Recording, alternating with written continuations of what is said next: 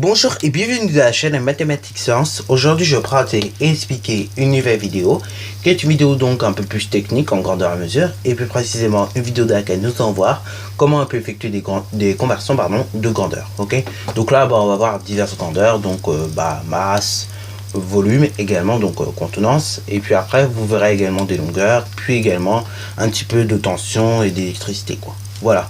Donc là, c'est parti mon kiki. Donc nous allons démarrer par effectuer nos conversions. Si tu as envie de les faire à l'avance, tu peux mettre ta vidéo en pause. Et après, donc nous allons tout simplement convertir pas à pas. Alors là, un petit truc aussi au niveau des conversions que nous allons dire tout de suite et dès maintenant. Je vous dis tout de suite, les conversions, on va pas les faire comme vous étiez habitué à les faire jusque là. C'est-à-dire par exemple dire que 1 volt est égal et je sais pas moi à 100 centivolts, ok. Non, là on va un petit peu manier un petit peu des autres chapitres, c'est-à-dire on va faire un petit mélange d'un chapitre que vous connaissez et des puissances, voilà, et pour tout simplement apprendre en gros à donner les résultats avec une puissance de 10, ok. C'est-à-dire en gros vous allez voir que ça va être très simple nos conversions, mais je veux dire ce sera plus comme avant. Donc là, première conversion, 0,57 tonnes, combien ça fait de quintal? Alors là, je vous dis tout de suite, ce n'est pas de l'écriture scientifique, ça ressemble, mais ça ne sera pas d'écriture scientifique logiquement, ok. Après, bien évidemment, on peut s'amuser à mettre les nombres en écriture scientifique, mais là, c'est une autre affaire, ok. Je vous montrerai d'ailleurs en fin de vidéo, peut-être pour ceux à qui ça amuse, qu'est-ce que ça donnera en écriture scientifique. Donc la première conversion, 0,57 tonnes, combien ça fait en quintal? Donc là, très concrètement, ce qu'on fait tout de suite, c'est qu'on recopie le même nombre. Donc 0,57. Voilà. Ensuite, vous mettez le multiplier. Et ensuite, vous multipliez par 10. Ok. Et par 10, on s'arrête là. Par 10, combien? Il faut multiplier pour tout simplement obtenir des quintals à partir des tonnes. On rappelle. Une tonne égale 1000 kg. Un quintal égale 100 kg. Donc vous voyez qu'il y a une différence quoi entre la tonne et le quintal, ok. Une tonne, c'est beaucoup plus gros qu'un quintal, ok. C'est même 10 fois plus gros qu'un quintal, ok. Donc du coup, ça veut dire qu'un quintal est 10 fois moins gros qu'une tonne, ok. Ce qui veut dire que pour arriver des tonnes au quintot, ok, dans ce cas-là, il faut tout simplement multiplier par 10 exposant 1, ok. Donc par 10 quoi. Donc vous pouvez essayer soit multiplier par 10 si vous avez envie, ou sinon vous pouvez mettre aussi exposant 1. Mais il faut savoir 10 et 10 exposant 1 c'est la même chose. Maintenant, deuxième conversion, 6 kg en quintal, qu'est-ce que ça donne? Donc on rappelle, on a dit que un quintal c'est tout simplement 100 kg, pardon, ok. 1000 kg ça aurait été des tonnes dans ce cas là, ok. Et ça aurait fait donc tout simplement 10 quintaux, ok. Voilà. Bon, donc on revient à des choses sérieuses quand même. Donc on va dire que un quintal c'est 100 kg, ok, on se rappelle. Donc dans ce cas là, du coup quand on veut passer des kilogrammes au quintot, qu'est-ce qu'on fait? Dans ce cas là, au contraire, au lieu de multiplier par 100, on va diviser par 100, ok. Ce qui veut dire que on va faire tout simplement 6 multiplié par 10 exposant moins 2, ok. Voilà. Donc on va multiplier 6 par 10 exposant moins 2, ok. Voilà. Ensuite, maintenant troisième conversion, 6 milliampères en ampères. Il y en a qui se cassent la tête pour cette conversion. En réalité c'est très simple.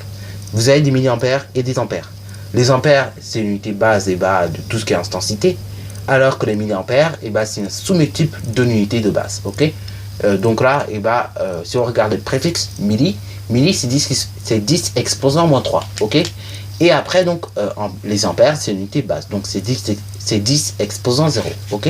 Donc par rapport à l'unité de base, donc le milliampère il vaut 10 exposant moins 3. Dans ce cas là c'est ça que l'on ferait, c'est à dire quand tu veux passer de l'unité de base aux milliampères par exemple, dans ce cas là tu vas multiplier par 10 exposant 3.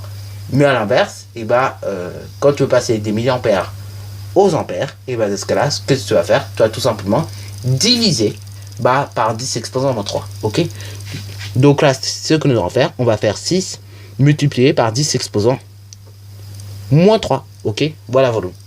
Bien évidemment si vous avez envie de diviser, vous diviserez tout simplement par 1000, ok. Donc voilà. Pour ceux qui auraient des envies de diviser, on divise par 1000.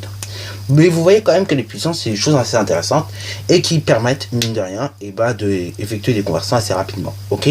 Bien évidemment, on verra également que je vous donnerai la valeur numérique quand même, qu'est-ce que ça représente. Et vous allez voir que le puissance c'est quand même assez utile.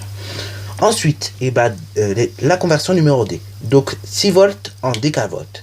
Là, il y en a qui se cassent encore la tête. Hein. Alors qu'on vient de dire des choses il n'y a pas trop longtemps.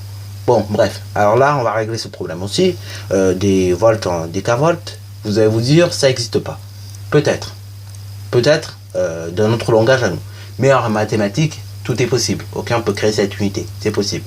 Dans ce cas-là, justement, dk, vous vous rappelez que c'est tout simplement,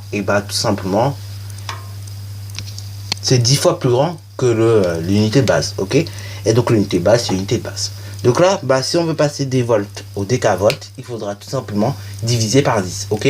Ou autrement dit, il faudra multiplier les 6 volts par tout simplement 10 exposants, 10 exposants moins 1, ok. Voilà. Ou sinon, on divise également par 10 exposant 1. En gros, par 10. Voilà. Donc ça, c'est utile. Ensuite, convertissant 55 mètres en kilomètres. Donc là, pareil, 55 km, mètres en kilomètres. Tout simplement, vous avez des mètres en kilomètres. Combien ça fait? Ça, c'est une grande question qu'on va se poser. Bon, vous savez que 1000 mètres, ça fait 1 km. Donc du coup, pour passer des mètres au kilomètre, on divise par 1000, ok. En gros, ça veut dire également qu'on multiplie donc par 10 exposant moins 3. Donc, on va faire 55 multiplié par 10 exposant moins 3, tout simplement. Donc, comme je disais, ça fait donc 55 multiplié par 10 exposant moins 3. Ok, donc moins 3 km. Voilà. Donc là, maintenant, dernière conversion, 6,03 mètres cubes. Combien ça fait de litres? Ouais, il y en a qui se cassent encore la tête pour cette conversion. Je vous dis tout de suite, c'est simple et basique. Donc déjà, vous savez que 1 mètre cube, c'est la même chose que 1 kilolitre, ok. Alors oui, le kilolitre, ça se dit. Malheureusement, c'est vrai qu'il est plus employé dans le cours de maths. Mais oui, ça se dit, ok. Et donc, 1 kilolitre, c'est la même chose que 1 mètre cube. Ce qui veut dire que 6,03 mètres cubes, c'est la même chose que 6,03 kilolitres, ok. Alors on dit pas kilolitre dans la vie de tous les jours parce que tout simplement, on sait qu'elle est mètre cube dans ce cas-là, souvent on dit mètre cube. Mais il faut savoir qu'un mètre cube, c'est la même chose qu'un kilolitre, ok. Ça peut être utile pour les conversions. Et vous savez convertir des kilolitres en litres, puisque vous savez que 1 kilo quelque chose est égal à quelque chose d'unité, ok, à 1000 quelque chose d'unité, ok. Dans ce cas-là, 6,03 kilolitres, il sera égal donc à 6,03 multiplié par 10 exposant 3, ok. Ce qui veut dire à 6,03 multiplié donc par 1000, ok. Donc ça fait donc 6,03, voilà, multiplié par 10 exposant donc 3, comme nous avons dit. Et donc ça, c'est des litres. Alors comme promis, je vais vous afficher qu'est-ce que ça donne en écriture décimale, et donc qu'est-ce que ça donne pour les nombres en écriture scientifique. Donc à droite, vous aurez l'écriture scientifique, et en bas, qu'est-ce que ça donne en valeur numérique. Voilà, donc je vous ai mis au crayon papier en dessous, qu'est-ce que ça donne en valeur numérique. Voilà. Et je vous ai mis également à droite l'écriture scientifique à chaque fois. Bien évidemment, quand l'écriture scientifique il est déjà, c'est surligné, voilà. Donc dans 4 cas, il y est. Mais sinon, quand il n'y a pas d'écriture scientifique, je vous l'ai mise pas trop loin. Voilà, donc sur ce, j'espère que vous avez bien aimé cette vidéo. N'hésitez surtout pas à liker, à commenter, et bonne reste à toi en mathématiques et en sciences.